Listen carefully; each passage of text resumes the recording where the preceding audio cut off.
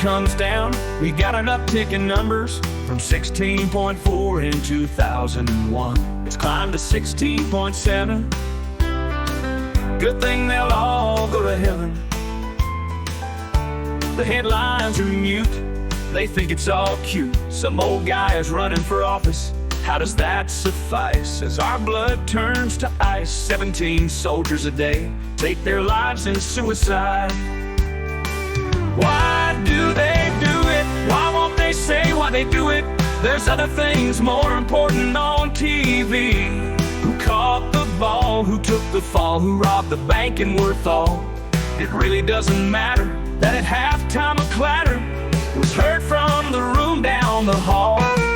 The number's clear that in the USA here, the veterans are 4 times more likely to die by their own hand than from that of the enemy. Suicide levels are 4 times as high as straight out death in combat. When some come home, the fight just begins. That's what I'm trying to get at. No one talks about Hercules taking his ease after he's completed enormous labors, same as with these. No one says please, can you tell all about what you're feeling, even in special debriefing? When they tell their stories, they are warned not to talk about it in passing.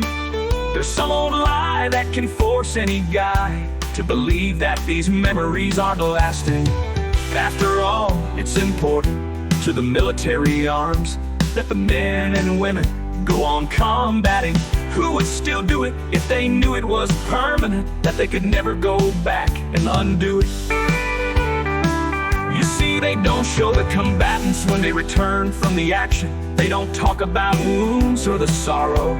It's best they don't mention it all, else they ruin the ratings tomorrow. So the men and women go home, maybe with 1 or more missing bones, having lost a limb here or there. Some have lost eyesight, can no longer see, or their bodies have been scarred permanently.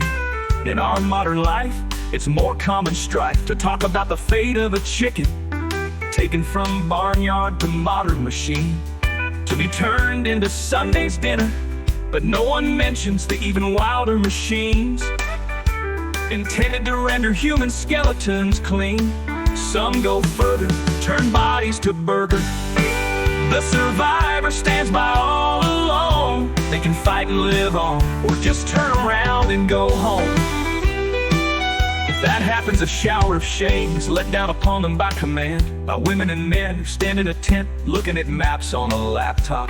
Casualty numbers you probably don't know, because they suppressed at the get-go. During World War I, while the soldiers fought on, they treated the whole thing like a show. It was more than a year before they admitted, my dear, that anyone had died, let alone cried.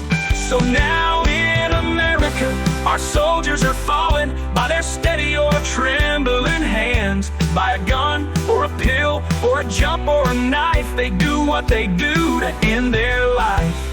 It's what they see, it's what they do, it's what they've seen done.